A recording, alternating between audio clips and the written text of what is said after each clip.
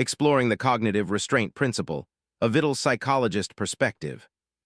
Welcome to the Universal Principles podcast. Today, we're diving into the cognitive restraint principle, the idea that trying too hard to control our eating can sometimes backfire.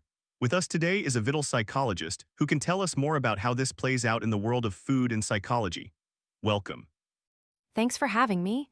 As a Victual psychologist, I see the cognitive restraint principle in action every day.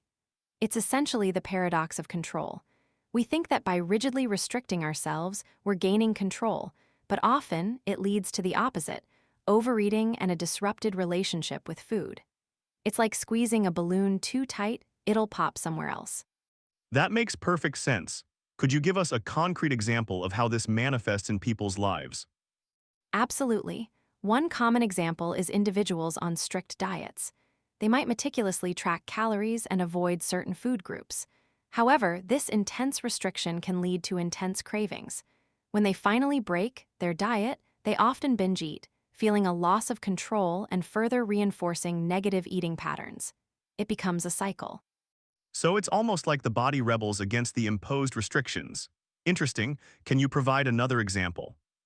Yes, exactly. Another instance is the all-or-nothing mindset. Someone might think, I've already had a cookie, so my diet is ruined for the day. This leads them to abandon their healthy eating intentions entirely and overindulge, rather than simply getting back on track with their next meal. This mindset disrupts the body's natural regulation of hunger and satiety. It's fascinating how the mind can sabotage our best intentions. This reminds me of something similar.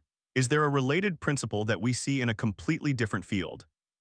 Definitely, it connects with emotional regulation in effective neuroscience. Just like restricting food, suppressing emotions can lead to outbursts.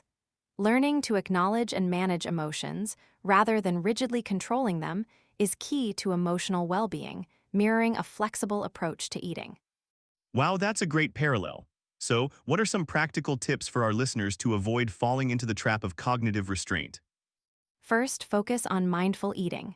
Pay attention to your body's hunger and fullness cues.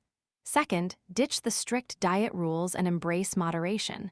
Allow yourself occasional treats without guilt. Third, practice self-compassion. If you overeat, don't beat yourself up. Simply learn from it and move forward. That's fantastic advice. It sounds like the key is finding a balance between awareness and flexibility. Thank you so much for sharing your insights with us today. This has been incredibly enlightening. My pleasure. It's all about understanding how our minds and bodies work together, not against each other.